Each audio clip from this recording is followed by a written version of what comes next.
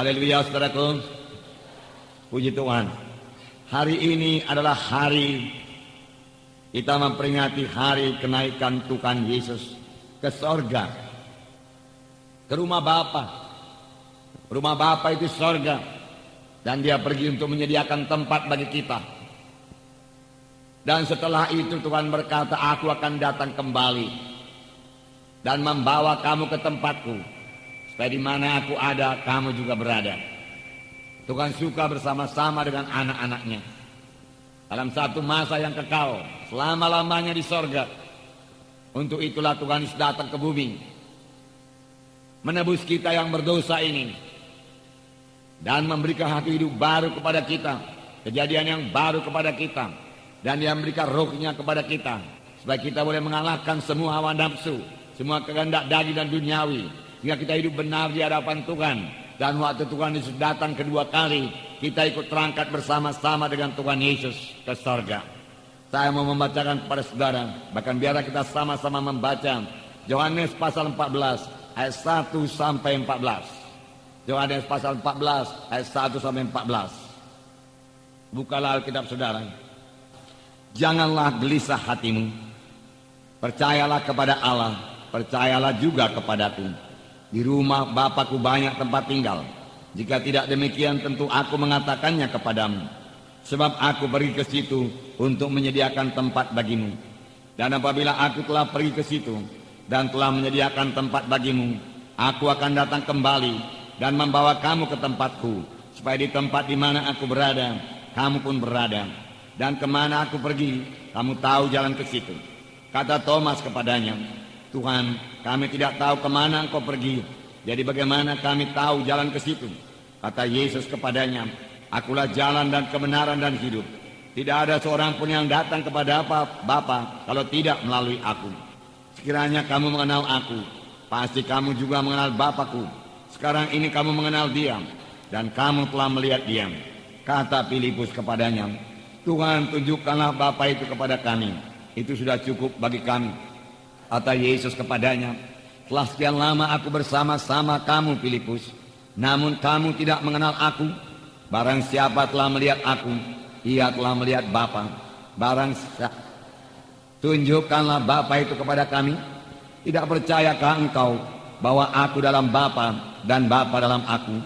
Apa yang aku katakan kepadamu, tidak aku katakan dari diriku sendiri, tetapi Bapa yang diam dalam aku, dialah yang melakukan pekerjaannya.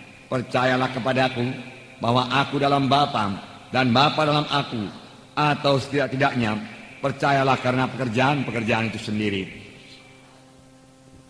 Sesungguhnya barang siapa percaya kepadaku, ia akan melakukan juga pekerjaan-pekerjaan yang aku lakukan, bahkan pekerjaan-pekerjaan lebih besar daripada itu.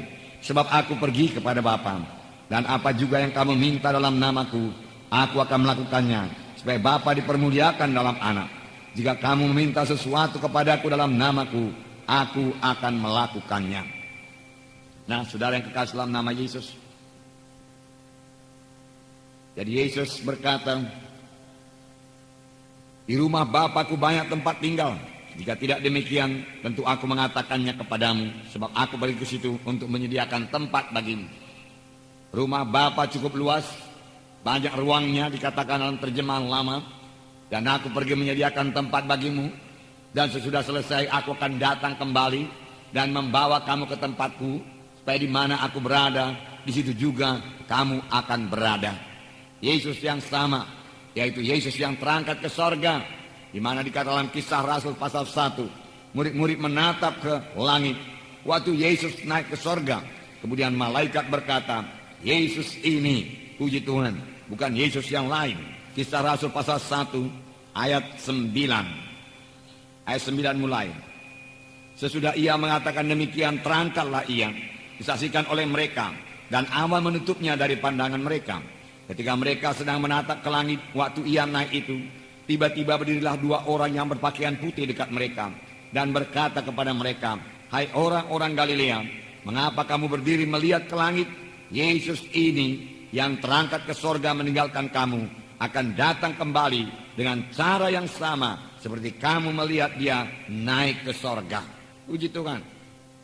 Jadi Yesus pasti datang kembali.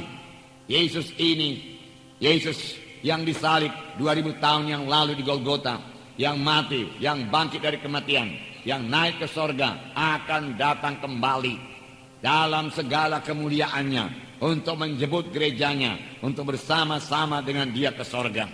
Bukan Yesus yang lain. Puji Tuhan, puji Tuhan. Setelah waktu itu kita akan bersama-sama dengan Yesus. 1 Tesalonika 4 ayat 16 dan 17. Saya membacakan kepada saudara.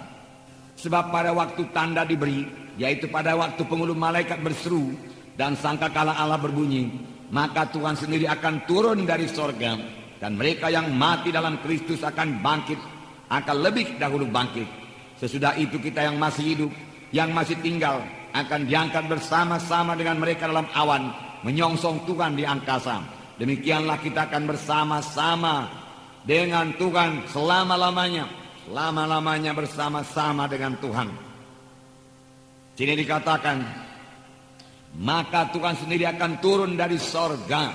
Dan pada waktu itu apakah yang terjadi? Yang pertama dikatakan, mereka yang mati dalam Kristus akan lebih dahulu bangkit. Jadi yang mati dalam Yesus akan lebih dahulu bangkit. Jadi orang mati akan dibangkitkan dan diberikan tubuh yang baru, tubuh yang mulia, bukan roh-roh yang bangkit.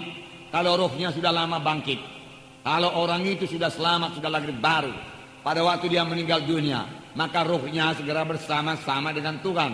Tetapi tubuhnya masih di bumi ini.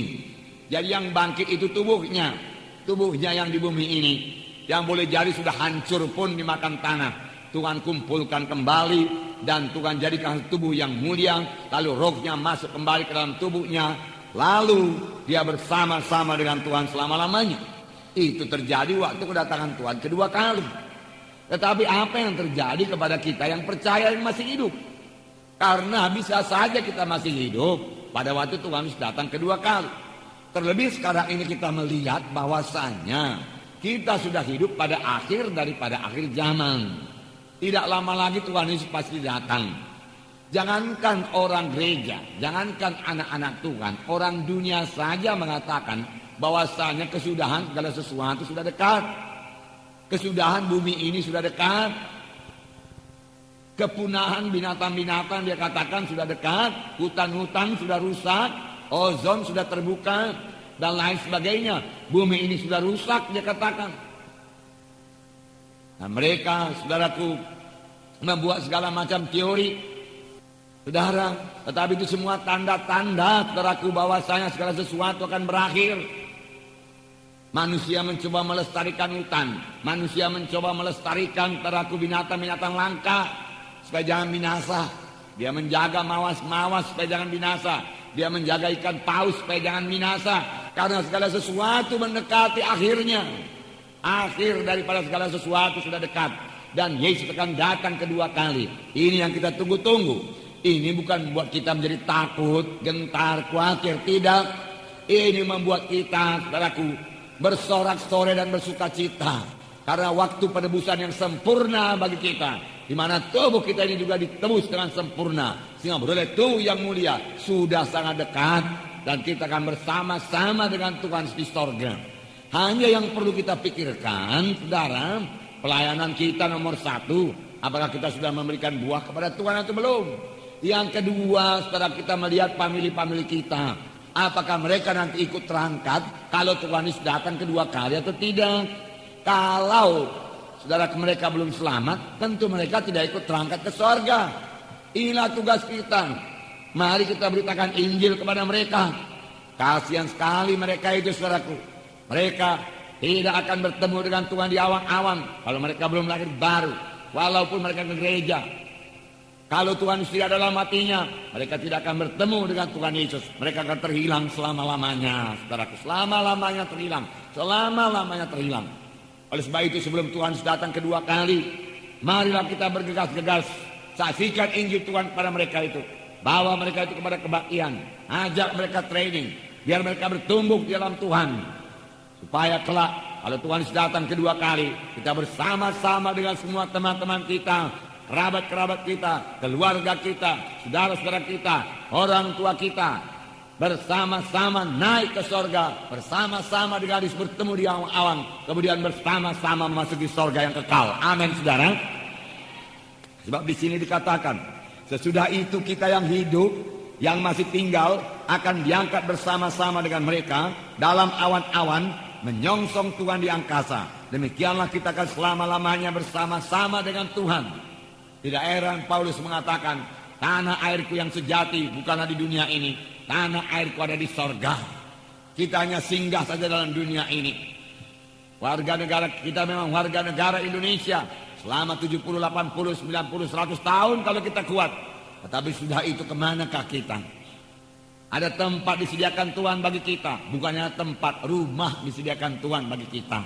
Betapa kita bersusah payah mencari rumah di dunia ini. Betapa kita mengangsur, saudaraku, untuk memiliki satu rumah, bertahun-tahun lamanya mengangsur. Ada yang kontrak rumah, tetapi Tuhan menyediakan rumah yang sangat indah di sorga, yang tidak akan rusak. Rumah di sorga, saudaraku, tidak akan pernah bocor seperti rumah di sini. Tadi malam hujan, saudaraku, di rumah kami banyak bocornya, saudaraku. Nah, saudara yang kekasih Tuhan di sorga tidak demikian. Pekarangan kami becek, saudaraku, tapi di sorga tidak ada pekarangan yang becek, saudaraku. Jalannya juga dari emas, semua teratur rapi, saudara. Bersih, saudara. Tidak ada air-air tergenang yang menyebabkan demam berdarah, nggak ada itu, saudaraku. Di sini segalanya ada, penyakit ada, kesusahan ada, keberatan ada, bahkan pencuri pun ada, perampok pun ada. Tetapi di sorga dia katakan tidak ada pencuri, tidak ada perampok. Oleh sebab itu simpan hartamu di sorga, firman Tuhan berkata, benar juga. Kalau memang kita mau pindah rumah, saudaraku, simpan harta kita di sorga. Amin, saudara. Ya, itu betul-betul ada, betul-betul nyata, saudaraku. Firman Tuhan mengatakannya. Firman Tuhan ini tidak pernah bohong, saudaraku. Segala janji Tuhan ini bagi saudara. Amin, saudara. Ya, janji kesembuhan bagi saudara, janji keselamatan bagi saudara, janji keberkatan bagi saudara, janji keberhasilan bagi saudara. Tertulis semua dalam Alkitab ini. Hanya Tuhan minta kita menepati bahagian kita, lalu Tuhan menepati bahagian dia. Kalau bahagian Tuhan tidak akan pernah gagal, bahagian kita ini yang bisa gagal. Apakah kita bisa menggenapkan bahagian kita? Apakah kita menggenapkan, saudaraku, misalnya dalam berkat materi memberikan persepuluhan, saudaraku, maka bahagian Tuhan tidak akan gagal mencurahkan berkat yang berkelimpahan kepada kita, saudara. Nah, puji Tuhan, saudaraku, puji Tuhan. Betapapun baiknya, saudaraku, ya tempat tinggal di dunia ini jauhlah lebih baik tempat tinggal di sorga. Amin, saudara. Jauh lebih baik. Saya bersyukur kepada Tuhan, Tuhan sudah mendengarkan doa kita.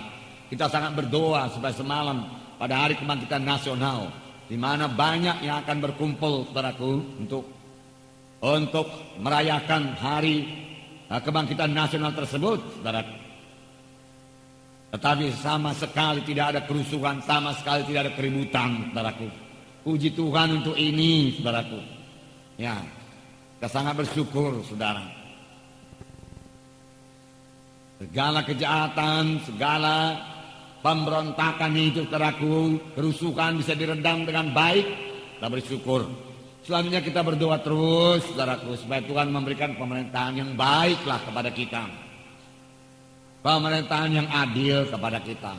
Firman Tuhan berkata ada dua perkara pemerintahan yang dikehendaki Tuhan, yaitu adil dan takut akan Tuhan. Inilah, saudaraku, yang bisa mengatur negara ini. Adil. Adil itu tentunya dia mengetahui, memiliki hati yang mengasihi, saudaraku. Tidak cukup memiliki pengetahuan saja, perlu memiliki hati yang mengasihi manusia ini, yang mengasihi rakyat ini. Dan kita tahu itu hanya boleh kita peroleh dari Tuhan Yesus, saudaraku. Sepanjang semua, saudaraku, pemimpin kita memiliki hati yang mengasihi, yang adil, yang takut akan Tuhan, tentu negara kita ini menjadi negara yang sangat baik dan diberkati Tuhan secara luar biasa. Amin, saudara. Ya, berdoa terus, saudaraku, supaya roh antikristus itu dipatahkan Tuhan segala rencananya, saudaraku. Roh antikristus biarlah, saudaraku, gagal dalam rencananya, saudaraku. Amin, saudara.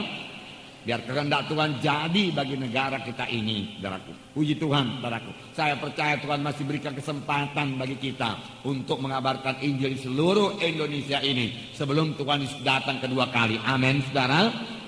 Karena firman Tuhan berkata, Injil Tuhan harus diberitakan ke seluruh segala suku dan bangsa, seluruh dunia. Barulah tiba kesudahannya. Kalau keadaan negara kita tidak aman, sama sekali kita tidak bisa menginjil, saudaraku.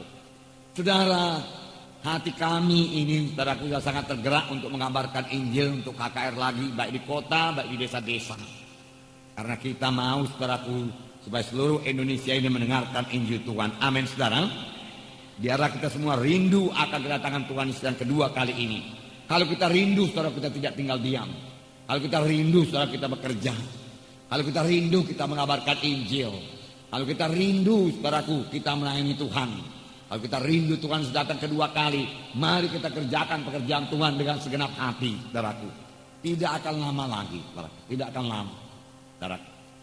Generasi yang melihat pohon ara itu bertunas, firman Tuhan berkata, dia akan melihat segala sesuatu ini jadi. Maka generasi itu tidak akan binasa sampai Yesus datang kedua kali. Jadi sudah sangat dekat, saudaraku. Sudah sangat dekat. Yesus akan datang kedua kali. Yesus yang naik ke sorga itu akan datang kedua kali. Itu sebabnya terjadi begitu banyak kejahatan di dunia ini. Terjadi begitu banyak gejolak-gejolak. Firman Tuhan berkata waktu murid-murid bertanya kepada Yesus, salah satu tandanya yaitu laut akan menderu mendesak. Apakah laut di sini yang menderu, yang mendesak? Tidak lain daripada rakyat ini, saudaraku. Yang menderu, yang mendesak, yang tidak tenang lagi, yang gelisah, saudaraku. Saudara, itu sudah jadi, saudaraku. Bukan hanya di Indonesia, di Ala TV, di mana-mana terjadi demonstrasi, tuntut ini, tuntut itu, saudaraku. Ya, itu tanda-tanda kedatangan Tuhan kedua kali. Tanda-tanda akhir zaman, tanda-tanda akhir zaman. Bahkan dalam beberapa kebaktian saya sudah mengatakan kepada saudara, bahwasanya kita ini sudah hidup pada akhir daripada akhir zaman. Waktu itu saya katakan kepada kita melihat program Tuhan, cara Tuhan bekerja. Dan ingat, saudaraku, Tuhan kita cuma punya program, saudaraku, rencana yang matang, yang tidak perlu diubah dan tidak akan diubah, saudaraku. Lain manusia ini, saudaraku. Manusia kalau punya rencana, saudaraku, karena keterbatasan pengetahuannya, saudaraku, kapan mau dilaksanakan kerap kali dirubah. Tapi Tuhan tidak demikian. Dia mengetahui segala perkara. Dia rencanakan itu pasti jadi. Saudara, kita melihat pada hari penciptaan dunia. Hari yang pertama Tuhan ciptakan terang. Jadilah terang, Tuhan berkata jadi terang. Dan Tuhan melihat terang itu baiklah adanya. Amat baik sekali. Pada hari yang kedua Tuhan berkata jadilah cakrawala. Tetapi Tuhan tidak berkata baiklah cakrawala itu tidak. Mengapa? Karena dalam cakrawala itu ada setan iblis. Karena waktu dunia ini diciptakan, setan sudah jatuh, saudara. Yang terus mengganggu manusia ini. Kemudian hari yang ketiga Tuhan menciptakan daratan, lautan dan tumbuh-tumbuhan. Ya, sebelum itu semua saudara berkata bagaimana dunia ini. Dunia ini pada waktu itu saudara tidak teratur, dia katakan. Ya, boleh jadi sudah ada, tapi itu bukan urusan kita itu, saudara. Nah, saudara, hari yang keempat Tuhan menjadikan matahari, bulan, bintang. Entah bagaimana Tuhan menjadikan terang pada hari pertama, lalu pada hari yang keempat baru jadikan matahari, saya tidak tahu. Cuma firman Tuhan, saya tahu firman Tuhan berkuasa. Tuhan berkata terang-teranglah itu, saudaraku. Boleh jadi semua kuasa kegelapan disingkirkan, saudaraku, dikumpulkan di cakrawala, lalu dunia ini jadi terang. Puji Tuhan kalau demikian. Karena kuasa kegelapan hanya membawa kegelapan. Tetapi pada hari yang keempat Tuhan menjadikan matahari, bulan dan bintang. Tuhan berkata jadilah matahari, bulan dan bintang. Bintang itu begitu luar biasa banyaknya, saudara. Luar biasa besarnya. Ada bintang-bintang yang jauh lebih besar daripada matahari, saudara. Yang jauhnya juga, saudaraku, jutaan-jutaan, saudaraku. Ya, saya tidak tahu apa namanya ukuran cahaya itu, saudaraku. Ya, kilometer cahaya. Ya, begitu jauh. Kemudian hari yang kelima Tuhan menjadikan binatang-binatang di udara dan di laut. Burung-burung di udara, ikan-ikan di laut, lengkap semua. Hari yang keenam Tuhan menjadikan ternak di bumi dan manusia di bumi. Tuhan jadikan dari debu tanah. Tuhan ciptakan Adam dan Hawa. Dan firman Tuhan berkata, hari yang ketujuh Tuhan berhenti. Hari yang ketujuh Tuhan berhenti. Selalu Tuhan berhenti. Pada hari yang ketujuh, ingatlah ini, saudara. Ini program Tuhan, cara kerja Tuhan, saudara. Kemudian Tuhan memilih, saudaraku, bangsa pilihannya, bangsa Israel. Sebelumnya, saudaraku, manusia bertambah-tambah jahat di bumi. Lalu Tuhan menghukum manusia. Hanya Nuh, saudaraku, dan seisi rumahnya yang selamat. 8 orang saja selamat. Yang lainnya binasa semua. Manusia yang sudah jutaan jumlahnya Tuhan binasakan saja, saudara. Jangan katakan Tuhan tidak menghukum. Bahkan Tuhan membinasakan, saudara. Pada zaman Nuh itu, hanya 8 orang yang selamat. Karena 8 orang saja yang hidup intim dengan Tuhan, bergaul dengan Tuhan. Tidak ikut dalam memuaskan hawa nafsu, kehendak daging, dan meninggalkan semua kejahatan, saudara. Kemudian Tuhan memilih Abraham. Dari Abraham bangkitlah bangsa pilihan Tuhan. Kemudian saudara, setelah keluar daripada Mesir, Tuhan berkata 6 hari lamanya, ya, engkau harus bekerja. Tapi hari yang ketujuh engkau tidak boleh bekerja. Itulah hari Sabat. Aku pun tidak bekerja, Tuhan berkata. Maka kamu pun janganlah bekerja. Ini kehendak Tuhan. Kemudian saudaraku, kemudian Tuhan berkata lagi mengenai tahun Sabat. Aku akan memberkati engkau, Tuhan berkata. Hingga 6 tahun lamanya engkau bekerja dan mengumpulkan hasil. Tetapi tahun yang ketujuh engkau tidak bekerja. Biarkan saja ladangmu demikian. Tahun yang ketujuh engkau tidak bekerja. Aku sudah memberkati engkau. Pasti cukup semua. Lalu bangsa Israel membiarkan tanahnya tidak dikerjakan pada hari yang ketujuh. Pada tahun yang ketujuh. 1 tahun dia libur. 1 tahun. Tentu itu satu bangsa yang sangat diberkati Tuhan. Saya lihat orang-orang kaya sekarang pun tidak bisa libur selama 1 tahun. Boleh jadi dia tidak bekerja selama 1 tahun. Bukan karena dia libur, saudara. Bukan karena tahun Sabat. Karena penyakit, saudara. Memang tidak bisa kerja lagi dia. Tapi bangsa Israel ini, saudaraku, sungguh sangat diberkati Tuhan. 1 tahun tidak kerja. Makan, minum saja, beribadah kepada Tuhan. Ya, mengikuti hari-hari raya orang Yahudi, saudaraku. Dan menghabiskan uangnya. Menghabiskan apa yang dia kumpulkan selama 6 tahun itu. Dari tahun yang ketujuh mereka tetap bersuka cita. Kemudian setelah 7 kali tahun Sabat, mereka memasuki tahun Jobel, tahun ke-50. Lebih hebat lagi, budak-budak mereka dibebaskan semuanya. Bukan hanya bebas PHK, saudaraku, tidak. Bebas, saudaraku, dengan diberikan semua kebutuhan hidup mereka. Diberikan semua, ya, supaya mereka boleh hidup bebas sebagai orang biasa. Bisa hidup, cukup, diberikan rumah, diberikan pesangon yang cukup untuk hidup seterusnya. Boleh jadi diberikan kerja. Itulah terjadi pada tahun Jobel. Tetapi disitulah banyak hamba sahaya yang sudah jatuh cinta kepada tuannya. Sudah begitu lama dia di rumah tuannya. Dia berkata, aku tidak mau bebas Tuhan. Dia katakan, aku mau tetap di rumah ini. Pada waktu itulah maka hamba itu menjadi hamba yang ditindik telinganya. Dibawa ke pintu gerbang. Dan disaksikan oleh tua-tua dari kota itu. Ditindik telinganya. Lalu dia menjadi hamba kepada tuannya seumur hidup. Dia dengan anak-anaknya. Saudara, sebenarnya itulah permintaan Tuhan kepada hamba Tuhan. Sekarang ini kepada pendeta-pendeta, pelayan-pelayan Tuhan, penginjil-penginjil. Menjadi hamba yang ditindik. Seluruh hidupnya diserahkan kepada Tuhan. Dia tidak hidup bagi dirinya sendiri lagi. Tapi hidup bagi Tuhan. Itulah yang sangat disukai oleh Tuhan, saudara. Nah, saudara yang kasih dalam nama Yesus. Kita sudah hampir memasuki tahun yang ke-7000 pada perhitungan Tuhan. Pada perhitungan Tuhan inilah hari yang ke-7. Tahun ke-7000. Mengapa, saudara? Karena 1 hari Tuhan 1000 tahun hari manusia. 1 hari Tuhan 1000 tahun hari manusia. 1000 tahun hari manusia 1 tahun kata Tuhan. Itu setahunnya 1 hari kata Tuhan. 1 hari 1000 tahun 1 hari aja sama Tuhan. Karena Tuhan mempunyai perhitungan masa yang kekal. Ini tertulis dalam 2 Petrus 3:8. 2 Petrus 3:8. Saya bacakan pada saudara. 2 Petrus 3:8. Akan tetapi, saudara-saudaraku yang kekasih, yang satu ini tidak boleh kamu lupakan. Yang satu ini tidak boleh kamu lupakan. Yaitu bahwa di hadapan Tuhan 1 hari sama dengan 1000 tahun. Dan 1000 tahun sama dengan 1 hari. Di hadapan Tuhan. Jangan lupakan ini, Tuhan berkata. Bahwa di hadapan Tuhan, satu hari sama dengan 1000 tahun. Dan 1000 tahun sama dengan satu hari. Kita berkata 1000 tahun. Satu hari Tuhan berkata. Dari zaman Tuhan Yesus sampai zaman sekarang ini, hampir 2 hari. Sama Tuhan. Baru 2 hari aja sama Tuhan. Belum siap pun 2 hari. Kurang lagi 2 tahun. Saudara. Tidak heran Tuhan berkata pada hari-hari terakhir aku mencurahkan rohku. Tuhan mulai mencurahkan rohnya saudaraku semalam. Menurut perhitungan Tuhan. 1900 tahun yang lalu masih semalam sama Tuhan itu. Dan Tuhan mencurahkan rohnya pada hari ini saudaraku. Nah, begitulah cara Tuhan menghitung. Itu sebabnya Yohanes berkata dalam 1 Yohanes 2 ayat 18. Ini dikatakan, anak-anakku, 1 Yohanes 2 ayat 18, saya bacakan. Anak-anakku, waktu ini adalah waktu yang terakhir. Dan seperti telah kamu dengar, seorang antikristus akan datang.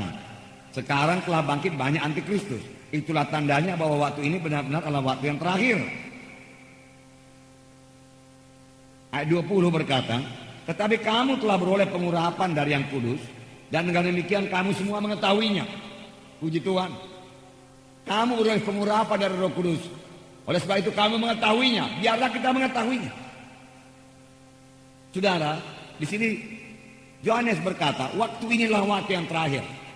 Waktu inilah waktu yang terakhir. Tetapi kemudian orang dunia berpikir begini. Saya terangkan kepada saudara.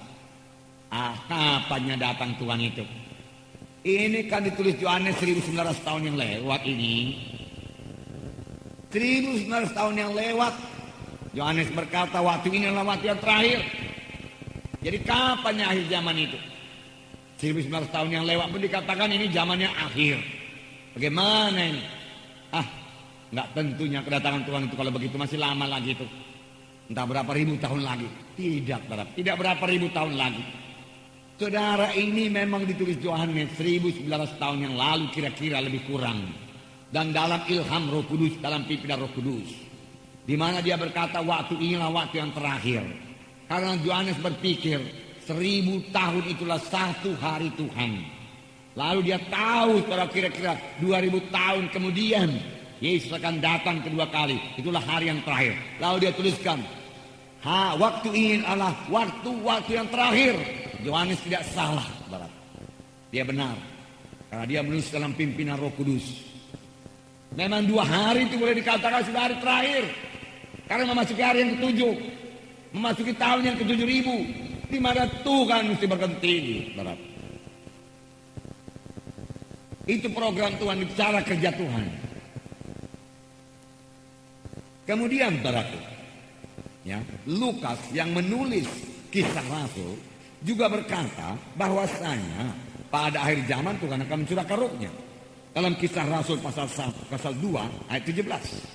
Kisah 2 ayat 17. Akan terjadi pada hari-hari terakhir, demikianlah firman Allah, bahwa aku akan mencurahkan rohku kepada semua manusia. Maka anak-anakmu laki-laki dan perempuan akan bernubuat, dan teruna-terunamu akan mendapat penglihatan-penglihatan, dan orang-orangmu yang tua akan mendapat mimpi. Juga ke atas hamba-hambaku laki-laki dan perempuan akan kucurahkan rohku pada hari itu, dan mereka akan bernubuat. Lalu saudara berkata, bukankah ini sudah 2000 tahun yang lalu? Mengapa 2000 tahun yang lalu juga dikatakan akhir zaman? Karena Tuhan menghitungnya dengan hari Tuhan yang sama dengan 1000 tahun manusia ini. 1000 tahun hari manusia. Lalu Tuhan berkata, ini hari-hari yang terakhir. Aku mencurahkan rohku. Dan dimulai Tuhan pada hari Pantekosta. Pada hari Pantekosta yang kalau saya tidak salah pada minggu depan kita peringati hari Pantekosta. Amin saudara. 10 hari kemudian daripada ini saudara. Nah. Tapi manusia menghitungnya mengenai dengan tahun-tahun manusia. Wah, sudah di 2000 tahun hampir. Dia katakan, berapa lama akhir zaman itu? Berapa lama akhir zaman itu? Tuhan berkata 2 hari. 2 hari. 2000 tahun. Ya sudah dekat. Dekat sekali. Sini dikatakan, hari-hari terakhir Tuhan mencurahkan rohku. Aku akan mencurahkan rohku. Lihat baptisan air kita, berat. Tuhan mencurahkan rohnya saja. Jiwa-jiwa berbaris. Saudaraku, ada yang baru selamat pagi hari. Sore hari dia berbaris untuk dibaptiskan dalam baptisan air. Anak-anak Tuhan mendoakan, hamba Tuhan berdoa, diletakkan tangan, tiba-tiba dia bicara dalam bahasa roh, dia penuh dengan Roh Kudus, dapat baptisan Roh Kudus. Kenapa begitu mudah? Karena Tuhan mencurahkan rohnya. Sebentar lagi nubuat akan bertambah-tambah, penglihatan akan bertambah-tambah, mimpi-mimpi juga akan diberikan Tuhan. Semua itulah pekerjaan Roh Kudus. Saudara, tidak heran saudaraku. Mengapa ini semua saudaraku diterangkan Tuhan? Supaya hari itu jangan menimpa kita sebagai pencuri. Supaya kita berjaga-jaga. Dalam 1 Tesalonika 5 dikatakan, Tesalonika 5 ayat 1 mulai saya bacakan. 1 Tesalonika 5 ayat 1. Tetapi tentang zaman dan masa, saudara-saudara, tidak perlu dituliskan kepadamu. Karena kamu sendiri tahu benar-benar bahwa hari Tuhan itu datang seperti pencuri pada malam. Akan waktunya, akan harinya, tanggalnya tidak seorang pun yang tahu. Tetapi Tuhan memberikan tanda-tandanya supaya kita berjaga-jaga. Supaya jangan hari itu saudara mendatangi kita sebagai pencuri. Ayat 3. Apabila mereka mengatakan semuanya damai dan aman, maka tiba-tiba mereka ditimpa oleh kebinasaan seperti seorang perempuan yang hamil ditimpa oleh sakit bersalin. Mereka pasti tidak akan luput. Tetapi kamu, saudara-saudara, kamu tidak hidup dalam kegelapan, sehingga hari itu tiba-tiba mendatangi kamu seperti pencuri. Karena kamu semua adalah anak-anak terang dan anak-anak siang. Kamu bukanlah orang-orang malam atau orang-orang kegelapan. Haleluya. Tetapi bagi kamu Tuhan berkata, kamu tidak hidup dalam kegelapan, tidak hidup dalam dosa lagi, tidak dalam penyembahan berhala sehingga pikiran kita digelapkan. Sehingga kita menyerahkan diri pada pemuasan hawa nafsu. Tidak, kita tidak hidup di situ lagi. Oleh sebab itu kamu mengerti firman Tuhan. Firman Tuhan berkata, karena kamu semua adalah anak-anak terang, kamu mengerti apa yang kukatakan ini. Sehingga hari itu tidak menimpa kamu seperti pencuri datang pada waktu malam. Saya tidak akan terkejut kalau Yesus datang saudaraku besok, saudaraku. Karena saya memang sudah menanti-nantikan kedatangan Tuhan.